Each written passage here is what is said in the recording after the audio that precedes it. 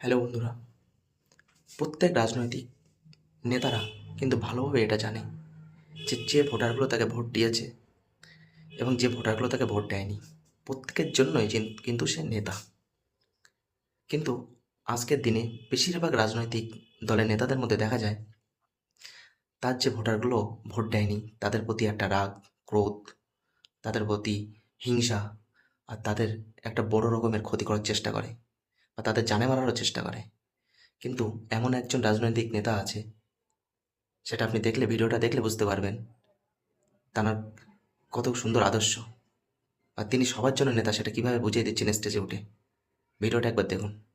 ভাইজান বিধায়ক হয়েছেন মানে আমি তৃণমূল করি, আমি বিজেপি করি, আমি সিপিএম, আমি অন্যান্য পার্টি করি, আমাদের কথা শুনবে না এইরকম কেউ ভাববেন না। আমি বিধায়ক হিসাবে আমার কাজ হচ্ছে ভাঙড়ের প্রত্যেকটা মানুষকে পরিষেবা দেওয়া।